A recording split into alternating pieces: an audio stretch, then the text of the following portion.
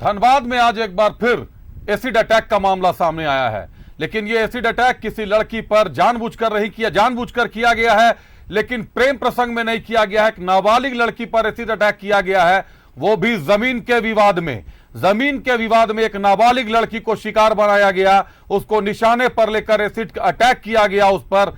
सरासर इंसानियत के साथ इसे जितना बड़ा जुर्म कहा जाए वो जुर्म है। झुलस गई है नाबालिग, एसिड से झुलसी नाबालिग। जमीन विवाद में दो पक्षों में भिड़ंत का मामला था, नाबालिग को निशाना बना लिया गया। जानलेवा हमले में महिला समेत 4 लोग घायल हैं, बच्चे भी शामिल हैं। दोनों तरफ से लाठी डंडे और कुल्हाड़ियां चली, लेकिन बच्ची पर एसिड फेंका गया।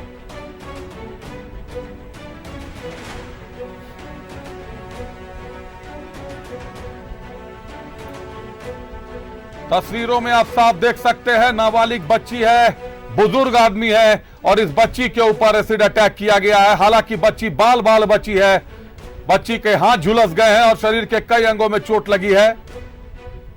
एक महिला घायल है, महिला समेत 4 लोग घायल हैं।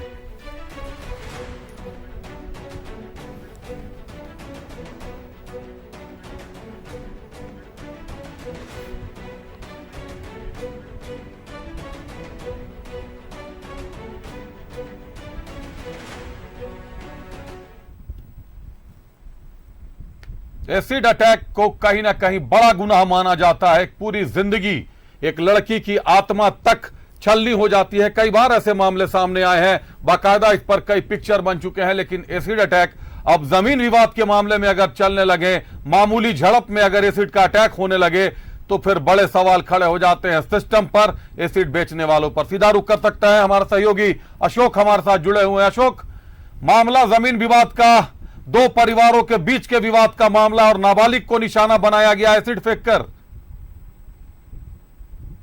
बिल्कुल, देखिए गोमू का मामला हरिहरपुर थाना क्षेत्र का मामला है।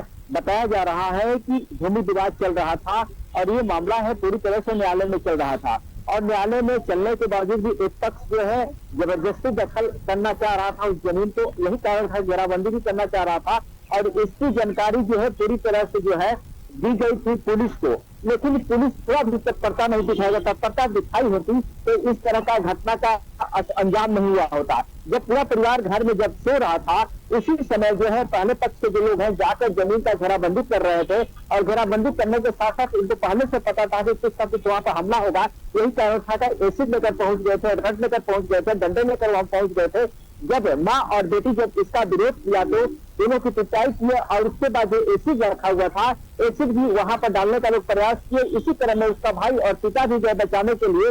तो यानी हम यह कहें कि जो उसका भाई है, जो इसकी बहन जो नाबालिग लड़की है, उसके ऊपर एसिड फेंका गया, और उसके बाद रड और डंडे से हमला किया गया। जब हमला किया गया था, सुबह होते ही वक्त जब सुबह हो रहा था, उसी वक्त आसपास के लोग पहुंचे, किसी तरह बचाने का प्रयास किए। तब तक हमलावर वहां से भागने में सफल हो गए, और इसकी जानकारी स्थानीय पुलिस को दी गई। पुलिस जब मौके पर पहुंची तो तब तक हमलावर भागने में सफल रहे।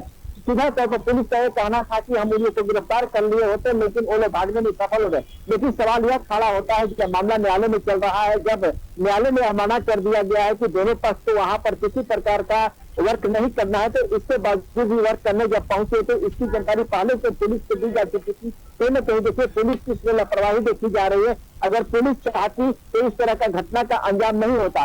सब लोग यही कह रहा है कि पुलिस की वजह से इस घटना का अंजाम हुआ है। हमलावर इतने काफी हौसले बुलंद हो गए थे कि ताकि देखिए एसिड के साथ साथ हमको पता है कि एसिड अगर किसी के ऊपर किया जाता है तो उसमें कहीं न कहीं जान भी जा सकती थी, लेकिन गांव वाले तत्परता से उसको प्राथमिक स्वास्थ्य केंद्र पहुंचाए घायलों को, और उसके बाद जब स्थिति गंभीर देखे तो एमएमसी से पहुंचाया गया।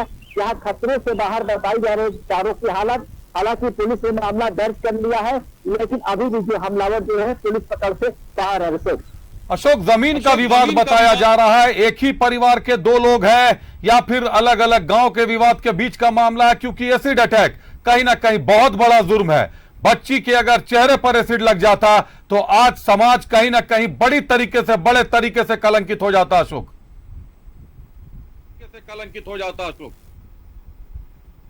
ये लोग दोनों एक ही परिवार के हैं, 2 भाई हैं, दोनों में 26 डिसमिल जमीन का मामला है और ये मामला जो है पूरी तरह से न्यायालय में चल रहा है। और इतना समाज जागरूक हो गया, जागरूक होने के बाद भी इतना घिनौना हरकत करना और एसिड अटैक करना कहीं न कहीं एक गंभीर मामला बनता है। और इसके साथ साथ आपने जहां कहा कि समाज तो पूरी तरह से कलंकित हो जाता है। जिस गांव में घटना घटी है इस गांव को लोग अच्छी निगाह से नहीं देखते हैं। साफ तौर पर कहते हैं कि कहीं न कहीं एजुकेशन के मामले में पूरी तरह से इलाका पिछड़ा है और यही कारण है कि लोग एसिड से अटैक करते हैं और लाठी डंडे से हमला बोलते हैं।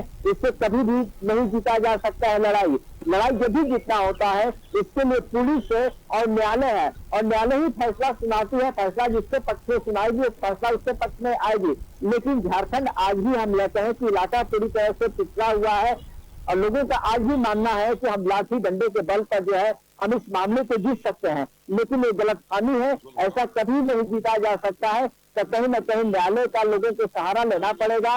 और जिस तरह घटना का अंजाम हुआ है इस मामले में कहीं न कहीं पुलिस को लोग दोषी ठहरा रहे हैं और पुलिस भी सोच रही है कि किसी तरह के मामला को सॉर्ट आउट कर दिया जाए। लेकिन अब यह देखना होगा कि जब तक हमलावर गिरफ्तार नहीं होते हैं, जब तक जेल नहीं जाते हैं, तब तक यह जो है जल्दीबाजी होगा कहना कि आखिर इसमें दोषी कौन है। बिल्कुल जल्दबाजी तो होगी अशोक, लेकिन पुलिस की कार्यशैली भी बड़ा सवाल खड़े कर रही है, बड़े सवाल खड़े कर रही है।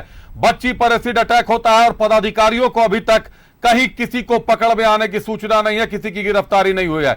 जमीन विवाद का मामला है, निश्चित तौर पर स्थानीय थाना की भूमिका भी पक्के तौर पर संदिग्ध होगी। कब्जे का मामला है, कई बार सवाल उठाए जाते हैं, कई तरह की शिकायतें आती हैं। झारखंड पुलिस ने तो बाकायदा जमीन के मामलों में संबंधित पदाधिकारियों, पुलिस पदाधिकारियों की लिस्ट बना रखी है, लेकिन लिस्ट भी आज तक भीतर खाने में कहीं किसी फाइल में दबी पड़ी है। बहुत धन्यवाद अशोक, नजर बना रखिएगा तमाम खबरों पर।